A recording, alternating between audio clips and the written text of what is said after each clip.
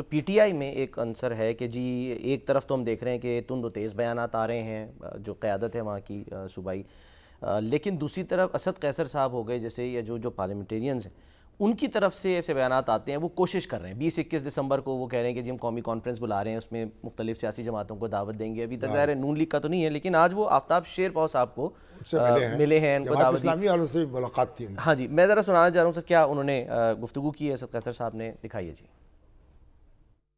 آج 1973 کا آئین عملاً طور پر ختم ہو گیا ہے۔ 18 امینڈمنٹ بھی ایک بہت تمام اس وقت پارلیمنٹ کا ایک مشترکہ کاوش تھی، ایک کمپریہنسو ڈاکومنٹس تھی، اور اس پہ ایک تمام جتنی بھی پارلیمنٹ میں پارٹیاں تھے اس سب کی متفقہ ایک ڈاکومنٹس تھی، جس کی وجہ سے کافی جو ہے نا ڈیولیشن آف پاور ہو گیا تھا اور صوبوں کو اختیارات چلے گئے تھے۔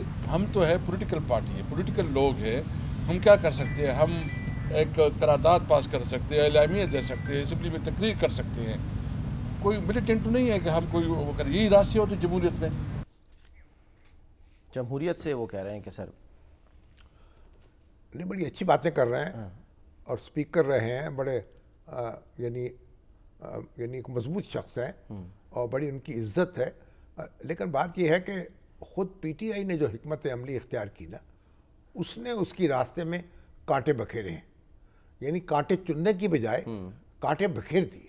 ٹھیک ہے، اور یہ جو سیاست ہے اس میں تو پھر بڑی تدبیر بھی کرنی پڑتی ہے نا، یعنی ان کوششوں کا، ان کاوشوں کا کوئی فائدہ ہوگا؟ کیونکہ اسی اسنا میں جب ہم دیکھتے ہیں کہ یا تو بیان آ جاتا ہے کوئی نہ کوئی سہیل آفریدی صاحب کی طرف سے، وہ کبھی چڑھائی کی بات کر دیتے ہیں، یا پھر جو سوشل میڈیا ہے آفیشل پی ٹی آئی کا وہ کوئی ایسی بات کر دیتا ہے، تو وہ تو کسی کے کنٹرول میں ہے ہی نہیں۔ وہ کرنا پڑے گا، ہر ساری چیزیں کنٹرول کرنی پڑیں گی تو تبھی تو معاملہ چلے گا نا۔ ان کی بات تو وزن تبھی پیدا ہوگا اگر یہ آپ مفاہمت کی باتیں کرتے رہیں اور مکالمے کی باتیں کرتے رہیں اور خود آپ کی اپنی بکل میں جو لوگ بیٹھے ہوئے ہیں وہ اس کی تردید کرتے رہیں اپنے فعل سے اور اپنے قول سے، تو پھر آپ کی بات پر کون یقین کرے گا اور کون توجہ دے گا؟ تو اچھی بات ہے اگر ایک وسیع تر اتحاد قائم ہوتا ہے۔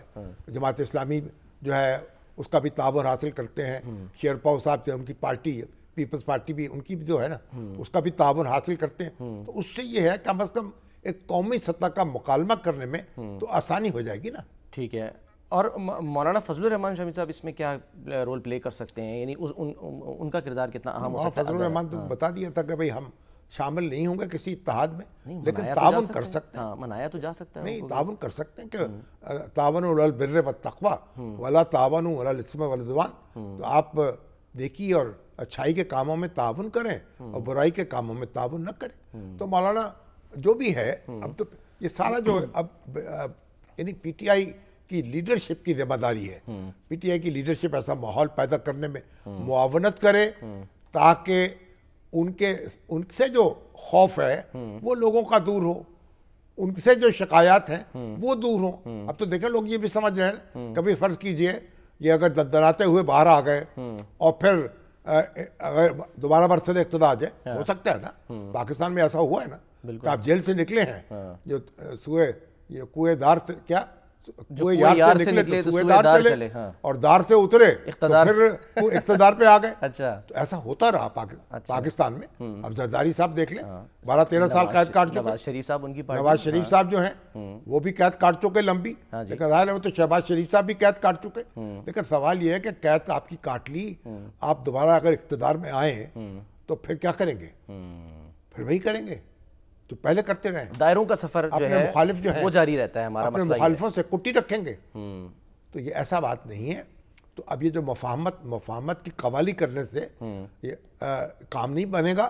آپ اس کے لیے اپنے عملی اقدامات بھی کریں، اور جو سہیل آفریدی صاحب ہیں وہ بھی ان کو اپنی زبان کو لگام دیں، اور اگر یہ جو ساری شوکا شاکی ہے نا اور بڑکے ہیں، یہ جو گرجتے ہیں وہ برستے نہیں ہیں، وہ ایسے گفتگو کر رہے ہیں جیسے کوئی ہلاکو خان یہ چنگیز کی فوج ان کے پاس قبضے میں آ گئی، اور ان کو معلوم ہے کہ سب کانٹیننٹ میں تو ان کی منگولوں کی فوج جو ہے وہ بھی آگے نہیں بڑھ سکی تھی۔ اچھا، ہاں، بلبل نے اس کو بڑے سے گھیل دیا تھا۔ ٹھیک ہے، یعنی مزاحمت سے کوئی حل نکلنا نہیں ہے، مفاہمت کون ہی سی جو ہے مزاحمت؟